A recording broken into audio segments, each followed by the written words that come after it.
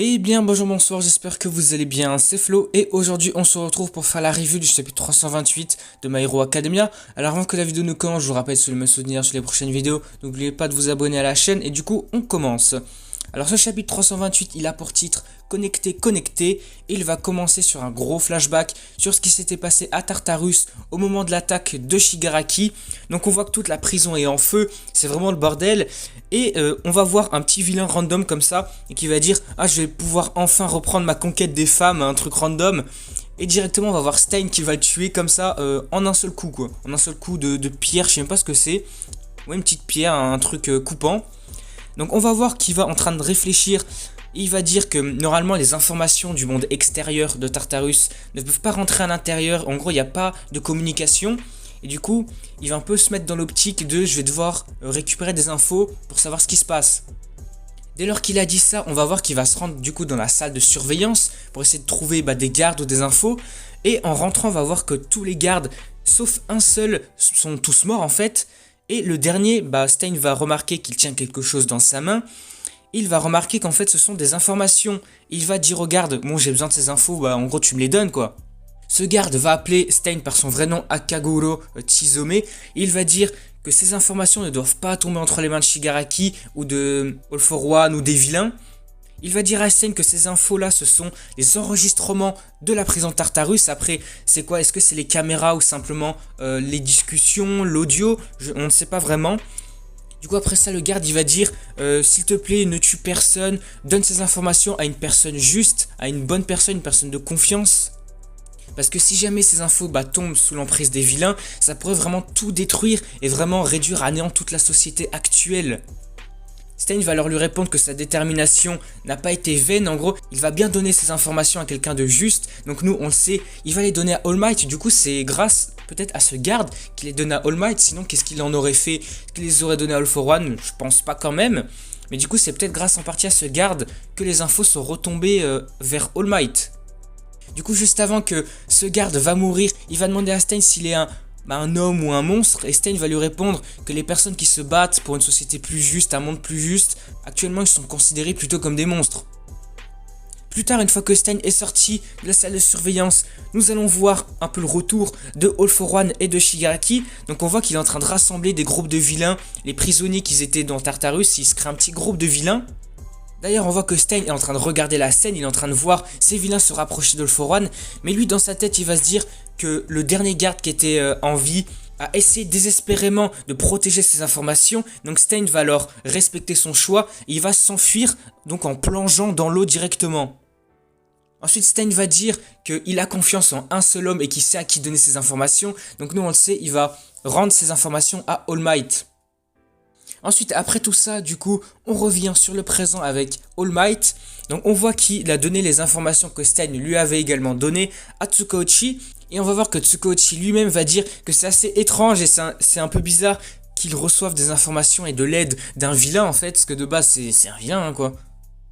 Ensuite, on va apprendre que le système de sécurité de Tartarus est vraiment coupé du monde extérieur et se dire que dans des cas normaux, en fait, ils n'auraient pas pu avoir accès à ces informations. C'est vraiment grâce à Stein qui était vraiment dans Tartarus même et qui a pu les obtenir. On va également avoir un récap de ce qui s'est passé, comment l'attaque s'est déroulée. Donc on a vu que cette attaque a été faite à la fois de l'extérieur et de l'intérieur. Donc le système de sécurité a vraiment été détruit grâce à l'alter de Shigaraki qui était les ondes radio. Et d'ailleurs Samsa, donc le partenaire de Tsukauchi, il va dire que en fait c'est All for One qui contrôlait Shigaraki. Ils ont été un peu comme connectés par leur conscience. Ils ont pu avoir une grande synchronisation donc pour attaquer à la fois de l'extérieur et de l'intérieur. All Might en entendant ça il va dire que justement c'est le point sensible, le point qui est assez étrange. Il va dire que All for One a pu partager entre guillemets ses pensées avec Shigaraki. Ils ont pu continuellement avoir une sorte de communication. Et il va dire qu'il a pu avoir une sorte d'expérience similaire avec le One for All. Mais sauf que lui, en fait, il y a un problème. C'est que lui, il ne peut pas communiquer avec le monde extérieur, on va dire. Là, All for One, il a pu communiquer avec Shigaraki, alors que All Might, lui, ne peut pas vraiment communiquer avec Izuku à travers le One for All. Du coup, il va nous expliquer comment ça marche. Il va dire que le All Might lui-même du vrai monde, il peut communiquer, on va dire, avec le One for All de l'intérieur. Mais par contre, le All Might qui se trouve dans les vestiges, lui ne peut pas communiquer avec le monde extérieur. Il est capable de recevoir des infos de l'extérieur, mais il ne peut pas rendre des infos de l'intérieur. En fait, c'est un peu à sens unique.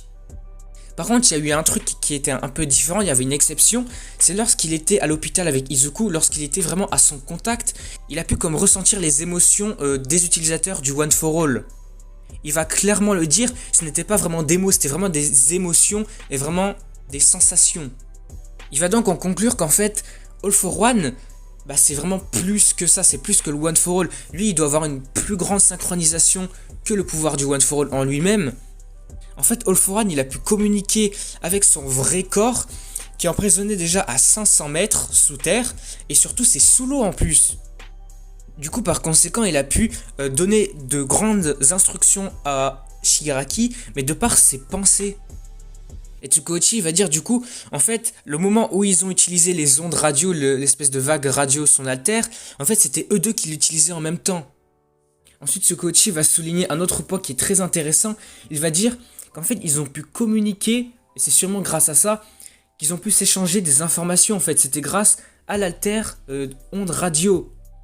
Parce que grâce aux informations que Stein a données à All Might, ils ont pu voir un enregistrement donc, de l'électricité qui formait une sorte de message codé, une sorte de conversation. Et c'est sûrement grâce à ça qu'ils ont pu échanger leurs instructions. Samsa va leur demander s'il a réussi à analyser ces données et voir ce que ça veut dire. Et là, on va avoir une phrase qui est folle. C'est marqué « Il sera complété dans 38 jours ». Donc là, c'est All for One qui parle, on va dire. Il est en train de dire que Shigaraki, le corps de Shigaraki, sera prêt dans 38 jours. Samsa, face à ça, il va être un peu choqué, il va dire « Attends quoi? Les informations qu'on a eues de l'hôpital central, etc., elles ne concordent pas avec ça. Il disait qu'il nous restait seulement 2 mois ou peut-être même moins. Mais là, 38 jours, c'est inconcevable. » Ensuite, All Might, il va déduire le temps qui va rester en fait. Si on prend en compte le temps qui s'est déroulé depuis l'évasion de Tartarus et jusqu'à aujourd'hui, en fait, Shigaraki, il sera prêt dans 3 jours. Les gars, 3 jours, c'est vraiment rien du tout. En 3 jours, tu n'as pas le temps de créer des stratégies, de créer des groupes de héros pour contrer les vilains. Parce que là, si Shigaraki sera complété, tu auras comme 2 All for One. Déjà qu'un seul All for One, ça fait galérer All Might, toute la société, tous les héros. Alors là, si tu rajoutes un deuxième, ça va être impossible de l'arrêter. Ensuite, le chapitre, on va voir qu'il va complètement changer d'ambiance. On va arriver donc sur un bâtiment avec plein de drapeaux qui semble être un quartier international.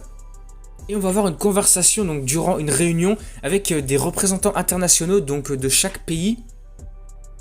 Ils vont dire qu'ils ont reçu donc une demande d'aide venant de All Might lui-même, mais cependant ils ne peuvent pas envoyer des renforts. Demain en fait c'est impossible, parce que s'ils envoient vraiment des groupes de héros, etc., ça va chambouler un peu l'équilibre de chaque pays. Il va également dire que All for One, en fait, son influence a été répandue vraiment à travers toutes les nations et que tout le monde entier est au courant de All for One. Après ça, on va voir 2 représentants donc d'autres pays. On va voir un qui est le représentant de l'Égypte et l'autre du Singapour. Donc on en a un, c'est Sa Alam et l'autre c'est Big Red Dot. On va apprendre en fait que eux ils sont un peu en train de refuser cette demande d'aide. Ils ne peuvent pas engager des héros pour ça. Par contre, on va le voir, vraiment le représentant de la réunion, on va dire, la personne peut-être la mieux placée, en bout de table, elle va dire que un de ses représentants est déjà parti, parce qu'elle est vraiment très impatiente, elle a voulu directement aller aider le Japon et All Might. Sur la prochaine page, on va directement avoir le focus sur cette personne. Donc on va voir que là, elle est sur un jet normal. Elle va dire, mon maître est en danger, venant de lui, je ne peux pas me permettre de l'ignorer, il faut que j'aille l'aider. Et cette personne, on va voir, c'est la numéro 1 des héroïnes des États-Unis. Elle s'appelle Stars and Strips. Mais vraiment, je suis choqué. C'est la numéro 1 des États-Unis. Voilà, du coup, le chapitre se termine sur ça, sur l'arrivée de cette héroïne numéro 1 des États-Unis. Alors, pour revenir directement sur la fin, du coup, si je comprends bien, du coup, on va avoir une aide de l'Amérique au Japon. Déjà, on a la numéro 1. Après, est-ce que elle a engagé vraiment un grand groupe de super-héros ? Je ne sais pas, parce que là on voit plusieurs jets. Alors est-ce qu'il y a beaucoup de héros? Par contre, là quand on la voit sur le jet, elle est énorme. Je sais pas, elle est plus grande que le jet en lui-même. Comment des héros peuvent rentrer là-dedans? Voilà, bah du coup la review s'arrête ici. Franchement, ce chapitre aura été incroyable, on a eu beaucoup d'infos, surtout dans le flashback de Tartarus sur All Might et Tsukuyoshi, on a eu une grosse révélation. Le corps de Shigaraki est prêt dans 38 jours, donc si on fait le calcul du temps qui s'était déroulé depuis l'évasion de Tartarus, ça correspondrait à 3 jours. Il ne reste seulement que 3 jours à Shigaraki pour avoir son corps complété et pour vraiment avoir le retour des vilains de All for One. Mais du coup là j'ai beaucoup de questions qui me viennent en tête. Comment ça va se passer? Parce que là en seulement 3 jours, ils n'ont pas le temps de mettre en place des stratégies, des groupes, des trucs pour protéger les citoyens. Parce que là All for One, une fois que le corps de Shigaraki sera complété, qu'est-ce qu'il va faire? Est-ce qu'il va le contrôler, du coup prendre son corps à la place du sien parce qu'il est gravement affaibli quand même? Ou est-ce qu'il va seulement utiliser Shigaraki comme appât, comme ça? Je ne sais pas. Non, là vraiment, je pense que en fait tous les espoirs se reposent sur la héroïne numéro 1 des États-Unis et avec tous les héros qui l'ont suivi. Parce que déjà, All Might lui-même, le plus puissant des héros, n'a pas pu arrêter All for One. Ensuite, quand il y avait Shigaraki, c'était Endeavor, Hawks, Best Jeanist, t'avais Izuku, tous les héros comme ça, ils n'ont pas réussi à arrêter Shigaraki, alors qu'ils étaient vraiment tous avec Eraserhead, etc. Mais là, si t'ajoutes All for One et en plus Shigaraki complété, là, ça va être vraiment un carnage, vraiment. Là, le Japon, il va sombrer dans le chaos, ça va être n'importe quoi. Ça va revenir vraiment quand il y avait l'apogée d'All for One. C'est pour ça que j'espère que cette héroïne numéro 1, elle va avoir une grande importance, parce que tu fais pas venir le numéro 1 des héros d'un autre pays pour rien. Et du coup, j'espère que tout ça sera bien amené dans les prochains chapitres, parce que là, il y a vraiment beaucoup de choses qui vont arriver d'un coup, et ça va être peut-être un peu chaud, hein. Du coup voilà, on va s'arrêter ici pour cette review et pour cette analyse. Du coup si vous avez des choses à rajouter, à compléter, à débattre dans les commentaires, n'hésitez pas, parce qu'il y a vraiment beaucoup d'infos dans le chapitre est vraiment incroyable. Du coup si la vidéo vous a plu, n'hésitez pas à liker, à commenter, à partager. Et surtout n'oubliez pas de vous abonner à la chaîne pour ne pas rater les prochaines vidéos, les prochaines reviews et les prochains spoilers du chapitre 329. Parce que ça aussi, ça sera vraiment incroyable vu ce qui s'est passé aujourd'hui. Et du coup moi je vous dis à la prochaine.